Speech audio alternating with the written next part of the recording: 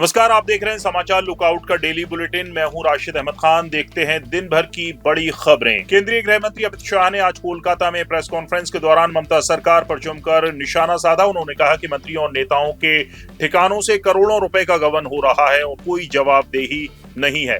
शाह ने महिलाओं की सुरक्षा को बड़ा मुद्दा बताते हुए कहा कि माताएं, बहनें और बेटियां सुरक्षा से तंग आ चुकी हैं। उन्होंने टीएमसी के पिछले 15 साल के शासन पर कटाक्ष करते हुए कहा कि इस दौरान बंगाल में भय, भ्रष्टाचार और कुशासन का राज रहा, जिसमें जनता भयभीत और आतंकित महसूस कर रही है। शाह ने ऐलान किया कि 15 अप्रैल के बाद बंगाल में भाजपा की सरकार होगी। 15 अप्रैल 2026 के बाद जब भाजपा सरकार बनेगी, बंग गौरव, बंग संस्कृति, उसके पुनर्जागरण की हम फिर से शुरुआत करेंगे। अमित शाह के बंगाल दौरे पर पलटवार करते हुए पश्चिम बंगाल की सीएम ममता बनर्जी ने कहा कि शकुनी का चेला दुशासन बंगाल में जानकारी जुटाने आया है। जैसे ही चुनाव आते हैं, दुशासन और दुर्योधन दिखाई देने लगते हैं। आज बीजेपी कह रही है कि ममता बनर्जी की नई जमीन नहीं दी, तो फिर पेट्रोपोल और अंडाल में जमीन किसने दी? राजधानी भोपाल में श्री राम जन्मभूमि मंदिर की प्रतिकृति तैयार की गई है। मुख्यमंत्री डॉक्टर मोहन यादव ने आज इसके दर्शन किए। सीएम ने इस अवसर पर कहा कि भव्य मंदिर हमारी सदियों की आस्था, संघर्ष और संकल्प का सर्वोच्च प्रतीक है।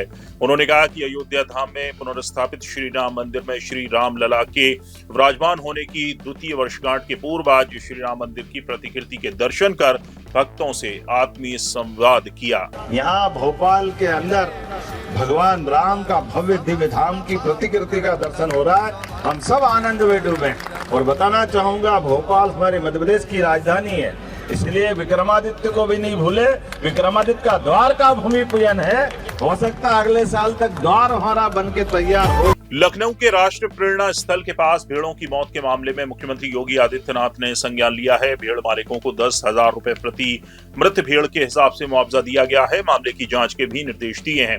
जांच रिपोर्ट के आधार पर जिम्मेदारों पर कार्रवाई की जाएगी। दरअसल सोमवार को राष्ट्र प्रेरणा स्थल के पास IIM रोड स्थित घेला में बड़ी संख्या में भेड़ों की मौत और बीमार होने का मामला सामने आया था। द हेल्पिंग हैंड NGO का आरोप है कि राष्ट्र प्रेरणा स्थल के उद्घाटन के दिन 25 दिसंबर को बांटे गए लंच बॉक्स का बचा हुआ खाना भेड़ों ने खा लिया। बासी खाना खाने से भेड़ों की फूड पॉइजनिंग हुई और उनकी मौत हुई। बांग्लादेश के मयमनसिंह जिले में कपड़ा फैक्ट्री में के अंदर हिंदू कर्मचारी की गोली मारकर हत्या कर दी गई। बीते 12 दिन में बांग्लादेश में हिंदू की हत्या की ये तीसरी घटना है। घटना सोमवार शाम भालुका उपजिला की सुल्ताना स्वेटर्स रेडीमेड फैक्ट्री में हुई। मृतक की पहचान ब्रजेंद्र विश्वास के रूप में हुई है, जो फैक्ट्री में सिक्योरिटी गार्ड था। आरोपी नोमान मियां को पुलिस ने गिरफ्तार कर लिया है। पुलिस और प्रत्यक्षदर्शियों के मुताबिक दोनों फैक्ट्री में सुरक्षा गार्ड ड्यूटी पर थे। बातचीत के दौरान नोमान मियां ने ब्रजेंद्र पर सरकारी शॉटगन तान दी। कुछ ही देर में बंदूक चल गई और गोली ब्रजेंद्र की जांघ पर लगी, जिससे उसकी मौत हो गई। वायनाड से कांग्रेस सांसद प्रियंका गांधी के बेटे रोहन बाड्रा की गर्लफ्रेंड अबीबा बेग से सगाई की खबरें सामने आ रही हैं। मीडिया रिपोर्ट्स में दावा किया गया है कि रेहान और अबीबा 7 साल से रिलेशनशिप में थे। दोनों को ही फोटोग्राफी का शौक है। सगाई में बाड्रा, गांधी और बेग परिवार के करीबी लोग ही मौजूद थे। हालांकि अभी तक गांधी या बाड्रा परिवार से किसी ने भी सगाई की खबरों की पुष्टि नहीं की है।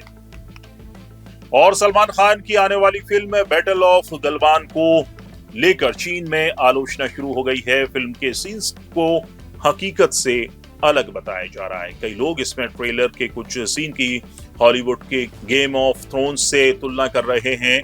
चीन के सरकारी मीडिया ग्लोबल टाइम्स ने इस फिल्म को लेकर एक आर्टिकल भी छापा है, जिसका टाइटल है बैटल ऑफ गलवान, फिल्म पर विवाद। बैटल ऑफ गलवान का ट्रेलर 27 दिसंबर को सलमान खान के जन्मदिन पर रिलीज हुआ था। ये फिल्म 2020 में गलवान घाटी में भारत और चीन की सेनाओं के बीच हुई झड़प पर आधारित बताई जा रही है। सलमान इसमें कर्नल संतोष बाबू का किरदार निभा रहे हैं। समाचार लुकआउट की इस बुलेटिन में आज इतना ही। कल फिर हाजिर होंगे दिन भर की बड़ी खबरों के साथ, क्योंकि जहां खबर वहां नजर। नमस्कार।